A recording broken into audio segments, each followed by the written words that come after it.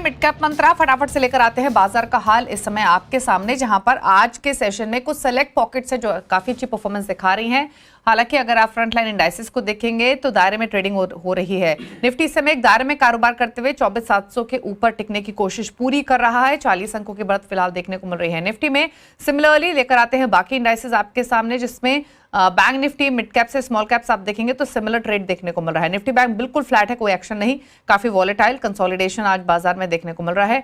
Mid caps का भी वही हाल है, दायरे में ट्रेड होते हुए दिखाई दे रहा है और similar action small cap index में आज के कारोबार में। तो किसी भी तरीके के आप पॉकेट्स उठाकर देखें, सिमिलर मोमेंटम है।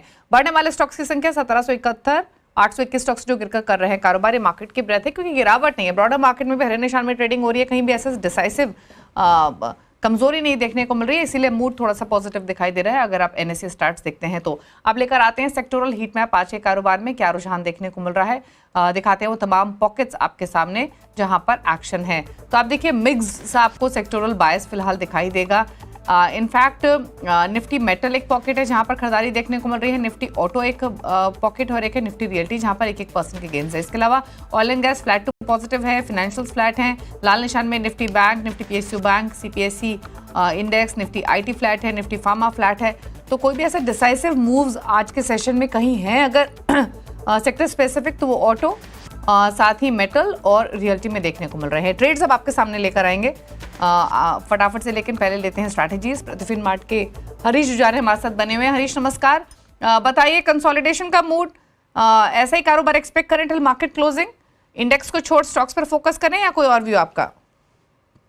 गुड आफ्टरनून दीपाली जी। मार्केट में एकदम सुस्त रेंज में चल रहा है मार्केट लास्ट 2 दिन से देखा जाए तो। हवेवर अगर देखा जाए तो नीचे में 24,500 के पास स्ट्रॉन्ग सपोर्ट होने मल्टीपल टाइम्स वहाँ टेस्ट करके रिबाउंस हो रहा है। मुझे लग रहा है कि मार्केट में थोड़ा तेजी नहीं है। अब सुबह लग रहा है कि बाइंग भी अच्छा खासा हुआ है। आगे जाके मुझे लग रहा है कि एक बार 700 के ऊपर टिक जाता है अभी करेंटली, तो मुझे लग रहा है वापस से 27,850 तक ऊपर एक्सपेक्ट कर सकते हैं निफ्टी आज के दिन में। तो ओवरऑल मुझे अभी भी तेजी है, लेकिन स्टॉक स्पेसिफिक में ज्यादा मोमेंटम है, स्टॉक स्पेसिफिक अप्रोच होना चाहिए। बताइए फिर आपने स्टॉक्स कौन से पिक किए हैं? मेरा पहला स्टॉक रहेगा एनसीसी का। अगर एनसीसी का स्टॉक देखते हैं तो एक लंबा कंसोलिडेशन था कुछ टाइम पीरियड के लिए लास्ट 2 वीक से, तो आज ब्रेकआउट दिया है स्टॉक और उसके ऊपर सस्टेन कर रहा है। कल के दिन वॉल्यूम्स भी स्ट्रॉन्ग गेन दिखा रहा है, तो मुझे लग रहा है कि करंट लेवल्स पे बाई कर सकते हो। और 1-2 डेज के लिए टारगेट के लिए देखा है तो 260 और 270 लेवल्स ऊपर का एक्सपेक्ट कर सकते हैं, और स्टॉप लॉस बना रहेगा 220 का एनसीसी के लिए। ओके तो चलिए ये रहे ट्रेड्स आपके लिए आपकी स्क्रीन पर जहां पर पोजीशंस आप बना सकते हैं। अब लेकर आते हैं मिड कैप स्टॉक्स का हाल, कौन सी वो सेलेक्ट पॉकेट्स है जहां पर एक्शन देखने को मिल रहा है। इंडेक्स आपकी स्क्रीन पर है, 0.20% ऊपर 114 अंकों की बढ़त देखने को मिल रही है। अब दिखाते हैं आपको पॉकेट जहां पर आज के कारोबार में तेजी मंदी देखने को मिल रही है। शुरुआत करते हैं फर्टिलाइजर स्टॉक्स से। दरअसल फर्टिलाइजर स्टॉक्स चले ही इसलिए हैं क्योंकि समय से पहले मानसून आने की खबरें, डिमांड रूरल मार्केट में बढ़ती हुई दिखाई देगी फर्टिलाइजर्स की, तो एक सेंटिमेंट्स अच्छे मॉनसून के एंटिसिपेशन में पॉजिटिव हुआ है। यहाँ पर एनएफएल है 6% ऊपर, 3% ऊपर है मैंगलोर केमिकल फर्टिलाइजर्स, फैक्ट 4% ऊपर, आरसीएफ में भी 2.5% की तेजी देखने को मिल रही है। कुछ और स्टॉक्स देखें तो एनर्जी स्टॉक्स में सेलेक्ट स्टॉक्स में बाइंग है, 2.5% ऊपर चेन्नई पेट्रो, एचपीसीएल 1.25% ऊपर, 2% ऊपर पेट्रो इंडिया एलएनजी, कैस्ट्रॉल में भी 1.25% की बढ़त देखने को मिल रही है। साथ ही आईटी में कुछ सेलेक्ट स्टॉक्स जहां पर बाइंग है, खबरों के बेसिस पे एलएनटी टेक सर्विसेज 0.3% ऊपर, 3% के गेन्स हैं केपीआईटी टेक में, इंटेलेक्ट डिजाइन 4% ऊपर, 2% ऊपर नेल्को कर रहा है ट्रेड। साथ ही रियल्टी स्टॉक्स जो कि मजबूत है उसमें लोधा डेवलपर्स 4% ऊपर, शोभा 2% ऊपर, 1.5% ऊपर प्रेस्टीज, डीएलएफ भी 2% ऊपर कर रहा है कारोबार आज के सेशन में। अब दिखाते हैं वो पॉकेट जहां पर थोड़ा दबाव है। फार्मा में हालांकि तेजी मंदी दोनों ही तरीके के ट्रेड्स आपको दिखाई देंगे। ये वो स्टॉक्स है जहां पर थोड़ा सा प्रेशर ज्यादा था। न्यूलैंड लैबोरेटरी 3.25% नीचे, 2.5% नीचे है सुवेन फार्मा, आरती फार्मा में 2% का नुकसान, इप्का लैबोरेटरीज भी 1.5% नीचे कर रहा है कारोबार आज के सेशन में। कुछ और स्टॉक जो लूजिंग साइड पर है वो मुथूट फाइनेंस, अर्निंग्स का इम्पैक्ट 7.25% नीचे, गोदरेज इंडस्ट्रीज 4.25% नीचे, 2.5% नीचे टोरेंट पावर, जुबिलेंट फूडवर्क 2.25% नीचे कर रहा है कारोबार आज के सेशन में। तो ये रहे मिड कैप्स के एक्शन वाले शेयर्स। कुछ खबरों की तरफ रुख करेंगे, लेकिन उससे पहले फटाफट से एलएनटी टेक सर्विसेज पर एक राय ले लेते हैं। आईटी में यूवी सेलेक्ट स्टॉक्स में अच्छा मोमेंटम है। एक बार देखिए एलटीटीए स्कोर, बताइए क्या राय है आपकी?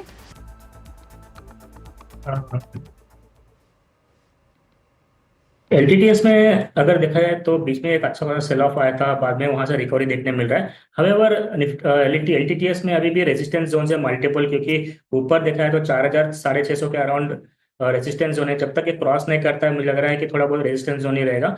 हवेवर बाय ऑन डिप्स का मेंटेन कर सकते हो। ऊपर की ओर मैक्स टू मैक्स मुझे लग रहा है कि 4750 तक ऊपर की ओर दिख सकता है, लेकिन अभी भी इतना क्लियर ट्रेंड नहीं है इस स्टॉक में। तो मुझे लग रहा है कि बाय ऑन डिप्स मेंटेन कर सकते हो। अगर किसी के पास ऑलरेडी होल्ड है तो मुझे लग रहा है कि 4700 के आसपास शायद तो प्रॉफिट बुकिंग कर सकते हैं। ओके, चलिए आगे बढ़ेंगे। कुछ खबर आपके लिए लेकर आते हैं। और देश में गिग वर्कर्स को पेंशन मिलने का रास्ता साफ हो गया। सूत्रों के मुताबिक मिनिस्ट्री ऑफ लेबर अगले महीने तक कैबिनेट में प्रस्ताव भेज सकती है। खबर पर पूरी जानकारी लेकर हमारे साथ है मेरी सहयोगी दीपाली नंदा। दीपाली, बताइए क्या डिटेल्स। तो निश्चित तौर पर गिग वर्कर्स के लिए काफी इंपॉर्टेंट कदम सरकार उठाने जा रही है। सूत्रों से हमें एक्सक्लूसिव जानकारी मिल रही है कि कुछ दिन पहले ही श्रम मंत्रालय में एक अहम बैठक हुई थी, जिसमें ओला, उबर, स्विगी, जोमेटो, फ्लिपकार्ट के प्रतिनिधि शामिल हुए थे। और इस बैठक में इन तमाम कंपनियों की तरफ से इस पूरे प्रस्ताव पर अपनी सहमति दी जा चुकी है। हमें ये एक्सक्लूसिव जानकारी मिल रही है कि जो प्रस्ताव बनाया गया है उसमें इस बात को शामिल किया गया है कि जो भी गिग वर्कर्स इन कंपनियों के साथ जुड़े हुए हैं, अब उनके अकाउंट में ये कंपनियां हर एक ट्रांजैक्शन का 1.5 से 2% जमा कराएंगी कंट्रीब्यूशन के तौर पर। और ये जो पूरे अकाउंट्स होंगे गिग वर्कर्स के, ये ईपीएफओ यानी कि एम्प्लॉय प्रोविडेंट फंड ऑर्गेनाइजेशन की तरफ से ही ऑपरेट किए जाएंगे।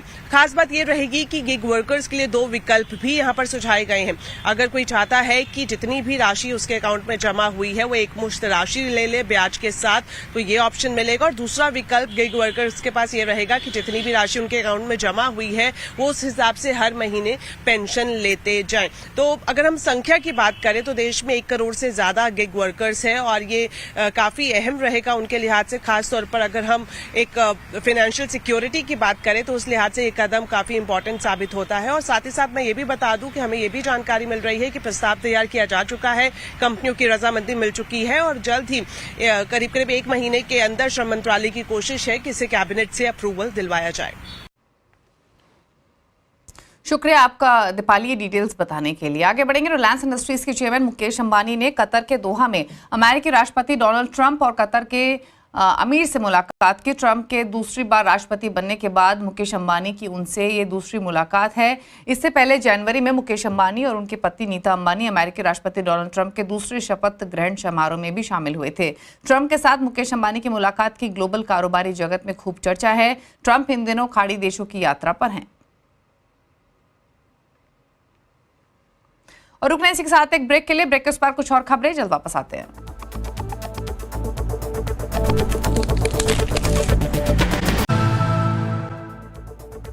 आप देख रहे हैं मिड कैप मंत्रा। मार्केट कंसोलिडेट करते हुए लेकिन स्टॉक स्पेसिफिक एक्शन इंटैक्ट आज के सेशन में। और एक स्टॉक जहां पर भारी गिरावट देखने को मिली है वो है मुथूट फाइनेंस का। अभी हम मिड कैप की लिस्ट में स्टॉक का जिक्र कर भी रहे थे। हालांकि ये निफ्टी इस समय इनफैक्ट वापस एक बार निफ्टी के चार्ट को लेकर आते हैं, जहां पर अब तक कंसोलिडेशन देखने को मिल रहा था, लेकिन एक सडन स्पर्ट आया है और अब दिन के ऊपरी स्तर पर मार्केट्स आ चुके हैं। एकाएक एकदम से बाइंग इमर्ज हुई है। 0.25% निफ्टी सीधे 150 पॉइंट का उछाल देखने को मिला है। सिमिलरली निफ्टी बैंक में भी 184 अंक ऊपर कारोबार करते हुए दिखाई दे रहा है और मिड कैप्स भी थोड़ा संभले। एक बार निफ्टी के कॉन्स्टिट्यूएंट्स लेकर आते हैं कि सपोर्ट कहां से आता हुआ दिखाई दे, क्योंकि एकाएक रिकवरी पिछले कुछ मिनटों के दौरान ही इमर्ज हुई है। सेंसेक्स 0.1% ऊपर आ चुका है, निफ्टी 0.1% ऊपर है। शो की शुरुआत में भी हम देख रहे थे तो निफ्टी 24,700 को होल्ड करने की कोशिश कर रहा था और अब 24,800 के ऊपर है सीधे। तो एकदम से ये 150-200 अंकों की तेजी इमर्ज हुई है निफ्टी में। एचडीएफसी बैंक 26 अंकों का पॉजिटिव कंट्रीब्यूशन लैंड करते हुए, ICICI bank, Reliance, Tata Motors, इनकी तरफ से पॉजिटिव कंट्रीब्यूशन आ रहा है। एक बार इन स्टॉक्स के चार्ट्स भी ले आते हैं जो कि कंट्रीब्यूट कर रहे हैं, जिसमें HDFC bank, ICICI bank, Reliance और टाटा मोटर्स शामिल है। और देख लेते हैं कि किस तरीके का रुझान देखने को मिल रहा है। लेकिन एक शानदार रिकवरी इस समय मार्केट्स में आते हुए ये देखिए, एचडीएफसी बैंक सपोर्ट कर रहा है 0.1% ऊपर। एकाएक यहां पर बाइंग इमर्ज होते हुए दिखाई दी। बैंक स्टॉक्स का ही सपोर्ट है। आईसीआईसीआई बैंक 0.1% ऊपर है। रिलायंस में एकाएक तेजी आई है 0.1% ऊपर, ये भी कारोबार कर रहा है। टाटा मोटर्स तो स्ट्रॉन्ग था। ये आईटीसी देखिए, यहाँ पर भी एक बाइंग आते हुए दिखाई दी। टाटा मोटर्स में सुबह से एक मोमेंटम स्ट्रॉन्ग था। तो यानी सब सेक्टर्स के दिग्गजों की तरफ से ये सपोर्ट आ रहा है, जिसके कारण निफ्टी में एक मोमेंटम बना है और इस समय निफ्टी 24,800 के ऊपर डिसाइसिवली टिकते हुए दिखाई दे रहा है। तो एक अच्छा एक्शन मार्केट में डेज हाई पर अप्रोच करते हुए ये करते हैं कि शायद ये टिकता हुआ दिखाई दे। टाटा मोटर्स तो डेज हाई पर है ही, लेकिन हम मुथूट फाइनेंस की बात कर रहे थे। यह है आज का एक्सीडेंट ऑफ द डे और चौथी तिमाही के नंबर्स बाजार को पसंद नहीं आए। क्या खराब था ऐसा अर्निंग्स में, ये बताने के लिए यतिन मोता है। यतिन बताइए, 7.5% नीचे स्टॉक, क्या रहा अर्निंग्स में?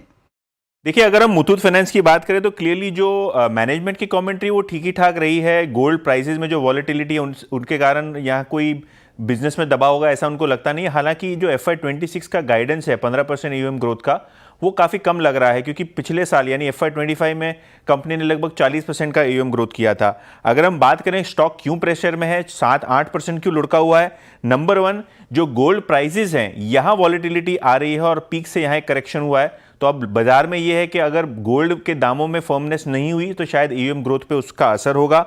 इसके अलावा अगर हम बात करें जो कस्टमर और लोन के खाते हैं, इनमें केवल 2% का ही इजाफा हुआ है। तो कोई बेस बड़ा नहीं है, एग्जिस्टिंग कस्टमर से ही बिजनेस आया है, जो कि बाजार को लगता है कितना सस्टेनेबल रहेगा, ये देखने लायक होगा। इसके अलावा जो MFI बुक है, यहाँ इनके जो NPAs हैं ये 5% को पार कर गए हैं। और अगर हम LTV की बात करें तो RBI के जो नए नियम है उसमें LTV का जो हेडरूम है वो केवल 1 से 2% का है। इसका मतलब ये है आगे जाके कंपनी शायद ज़्यादा एग्रेसिवली लोन ग्रोथ ना कर सके और कहीं ना कहीं कंपटीशन और बढ़ते हुए रेगुलेटरी रिस्क बाजार को पसंद नहीं आ रहे। ओके, शुक्रिया आपका यतिन ये डिटेल्स बताने के लिए। तो क्या रहा अर्निंग्स में, क्यों गिरावट है, वो यतिन ने समझाया। स्टॉक पर एक राय भी ले लेते हैं, क्योंकि स्टॉक इस समय डेज लो पर ट्रेड कर रहा है। थोड़ी भी राहत यहाँ पर दिखाई नहीं दे रही है। 7.5% का ड्रॉप फिलहाल इस स्टॉक में आते हुए। हरीश, क्या राय आपके मुथूट फाइनेंस में, और नीचे जा सकता है क्या? कहाँ देख रहे हैं अगला सपोर्ट? दीपाली जी, मुथूट फाइनेंस में देखा है तो ये जो लेवल आ रहा है ये 280 मूविंग एवरेज के आसपास आता है, जो कि 2050 के अराउंड है। अगर देखा जाए तो historically multiple times 200 moving average से स्टॉक प्राइस बाउंस बैक कर रहा है। तो मुझे लग रहा है कि इस बार भी अगर 2000 लेवल का होल्ड करता है तो वहां से फिर से एक बार रिबाउंस देखने मिल सकता है। अगर 2000 के नीचे क्लोजिंग रहता है कंसिस्टेंटली, देन ओनली एक सेल ऑफ देखने मिल सकता है। नहीं तो मुझे लग रहा है कि 2000 एक की सपोर्ट जोन बना रहेगा और वहां से बाउंस बैक भी एक्सपेक्ट कर सकते हैं ऊपर की ओर। ओके, चलिए, तो ये रही राय आपके लिए। रुक रहे हैं इसी के साथ एक ब्रेक के लिए, लेकिन ब्रेक में जाने से पहले फटाफट से एक बार वापस से निफ्टी को लेकर आते हैं, क्योंकि अब 24,850 के ऊपर कारोबार कर रहा है। इनफैक्ट 24,900 के पार अब हो चुका है निफ्टी। एक स्ट्रेंथ अब एक्सटेंड होते हुए 1% के गेंस के साथ निफ्टी इस समय क्या शानदार मोमेंटम पिछले 10 मिनटों के दौरान दिखाई दिया है। सीधे 200 पॉइंट ऊपर बैंक निफ्टी पूरा सपोर्ट करते हुए यहाँ भी 0.1% की तेजी अब आ चुकी है। 55,147 पर कर रहा है ट्रेड। चलिए, रुक रहे हैं एक ब्रेक के लिए, लौटेंगे तो कुछ और खबरें, जल्द वापस आते हैं।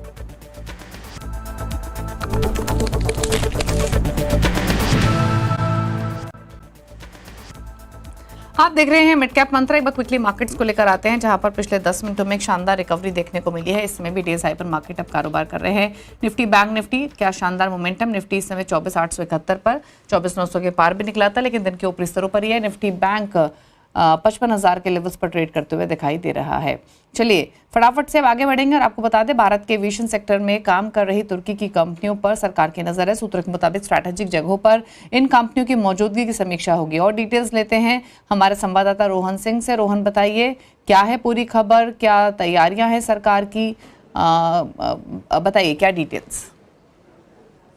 जी, जो सिविल एविएशन मिनिस्ट्री के सूत्र हमें बता रहे हैं कि सरकार भारत के एविएशन में जो तुर्की की कंपनियां हैं उनकी मौजूदगी को लेकर काफ़ी गंभीरता से समीक्षा कर रही है, खासतौर पर स्ट्रैटेजिक लोकेशंस में, क्योंकि भारत पाकिस्तान विवाद में जिस तरीके से भारत ने तुर्की ने भारत के खिलाफ जो रवैया अपनाया है उसको लेकर काफ़ी चिंता है कि स्ट्रैटेजिक लोकेशंस में क्या तुर्की की कंपनियों की मौजूदगी कितनी सही है।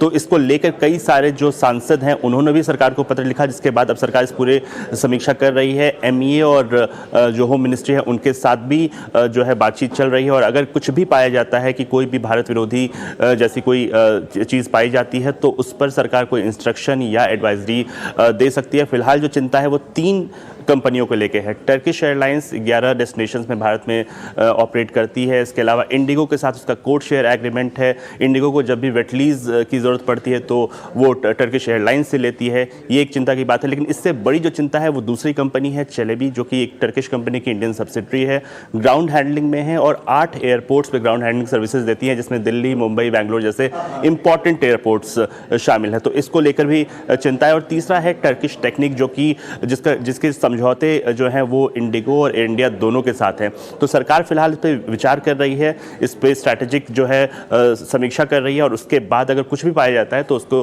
कोई एडवाइजरी या इंस्ट्रक्शन दिया जा सकता है। ओके, चलिए, तो ये रही ये रही पूरी खबर, तमाम डिटेल्स। शुक्रिया आपका रोहन, ये डिटेल्स बताने के लिए। तो इम्पोर्टेंट खबर है, सरकार सख्ती का रवैया अपना रही है और इसीलिए समीक्षा होगी। और स्टॉक्स देख लेते हैं एक बार एविएशन स्पेस से जुड़े हुए। स्पाइसजेट निचले स्तरों से संभल कर ट्रेड करते हुए, इंटरग्लोबल एविएशन तक स्ट्रॉन्ग आउट परफॉर्मर कंसिस्टेंटली रहा है, अभी भी दिन के ऊपरी स्तरों पर ही कर रहा है ट्रेड। इंडिगो पर एक राय भी ले लेते हैं एक बार। देखिए हरीश, इंडिगो के स्टॉक पर बताइए क्या राय है आपके? दीपाली जी, इंटरग्रुप एविएशन अगर इंडिगो की बात करते हैं तो ये स्टॉक कंटिन्यूस आउट परफॉर्म कर रहा है। अगर देखा जाए तो ऑलमोस्ट डे हाई के ऑल टाइम हाई के आसपास ही चल रहा है। तो मुझे लग रहा है कि एक बार 5650 का लेवल निकल जाता है जो ऑल टाइम हाई है, तो फ्रेश रैली शुरू हो सकता है, जो कि ऑलमोस्ट 6000 लेवल से एक्सपेक्ट कर सकते हैं शॉर्ट टू मीडियम टर्म में। तो ओवरऑल सेटअप अभी भी तेजी में है इंटरग्लोब में।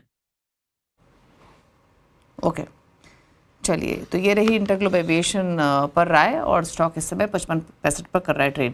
लेकिन आगे बढ़ेंगे, लैंड नंबर 1 का अपडेट लेकर आते हैं आपके सामने। इस हफ्ते मुकाबला चल रहा है इक्विनॉक्स रिसर्च के पंकज रांदर, मंत्री फिनमार्ट के अरुण कुमार मंत्री और गुजरात कैपिटल के पवन महेश्वरी के बीच में दिखाते हैं रिटर्न की स्थिति। तीनों ही खिलाड़ी की ओर से जबरदस्त रिटर्न आते हुए, लेकिन लीड कर रहे हैं अरुण 9% के रिटर्न के साथ। 7.25% के रिटर्न पंकज का पोर्टफोलियो 13 और पवन महेश्वरी का पोर्टफोलियो भी 6% के रिटर्न लैंड करते हुए। तो ये रहा पूरा अपडेट। इसी के साथ एक ब्रेक के उस पर आप देखिए न्यूयॉर्क कंपनी। मिड कैप मंत्रा में इतना ही। नमस्कार।